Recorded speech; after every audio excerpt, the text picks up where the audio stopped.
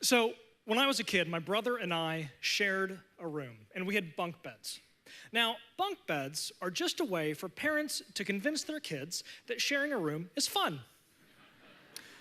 One year, we moved, and we each got our own room, and I took the top bunk. And what I did is I took my desk and my bookshelf, and I pushed them against the bed, and I turned them inward, so that underneath the bed became my own personal fortress of knowledge and introversion. And what I started doing was on the weekends, I would take my lunch, and I would go upstairs, I would go into my cave, I would read, I would eat, I would be alone, and I was happy.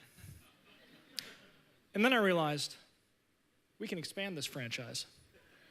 There are 3 meals every day.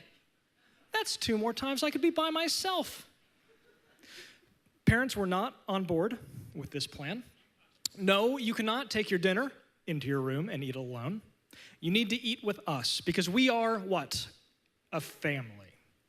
A family. Do you remember hearing that growing up? Have you ever said that?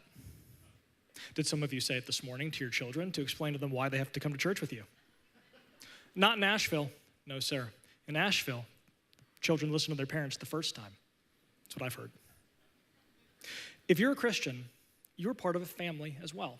And that family is called the church. Now, I know what you're thinking. Jack, does that include Brandon? Yes. Yes, it does. But I hear you, and frankly, I'm glad we're finally talking about this. In all seriousness, though, family is kind of messy. Some of you hear me say that you're part of a family, and you don't know how you feel about that. I love what Dietrich Bonhoeffer wrote in his book, Life Together. He said, the church is not an ideal. It's a reality that we are privileged to participate in. The privilege in belonging to this family is not that we're striving towards an ideal. The privilege is to be in it as it is, not how we wish it was. Being in a family means something. It means we do things together.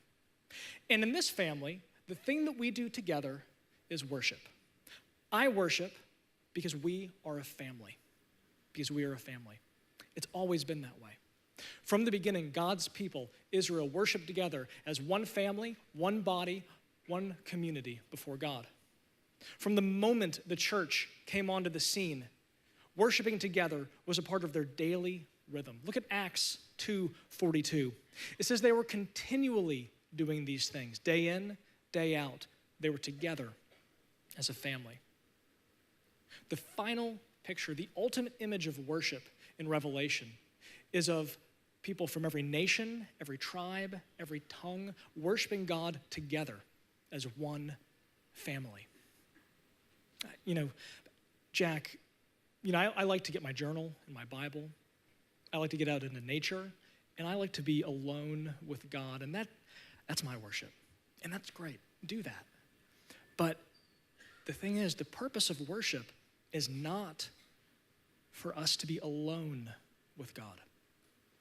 The purpose of worship is for us to be together as a family. Some of us, we don't get worship, maybe. So we get here a few minutes late on the weekend. Or maybe we are here, but we're checking our phones, or we're checked out. Some of us see worship as an opportunity to lose ourselves in this one-on-one intimate connection with God. But the writer of Hebrews, he wanted to make sure that the church understood that this part of a rhythm was togetherness. And so he wrote in Hebrews 10:25, he said, don't neglect meeting together, as I know some of you are in the habit of doing. Keep on meeting together. Encourage one another. And all the more as you see the day drawing near, the day being the return of Jesus. See, in either direction, whether you check out or whether you lose yourself in the one-on-one connection, in either direction, when worship becomes about ourselves at the expense of everyone else around us, we're missing something. Look, personally, I don't especially enjoy worship. I don't like some of the songs we sing, and it's a bit loud for me, okay? I don't know why I'm telling you I should be telling. It doesn't matter who I should be telling. It doesn't matter. But I don't worship to enjoy myself. And I don't worship to lose myself. I worship to be with you. I worship to be with you so that we can offer something to our dad together.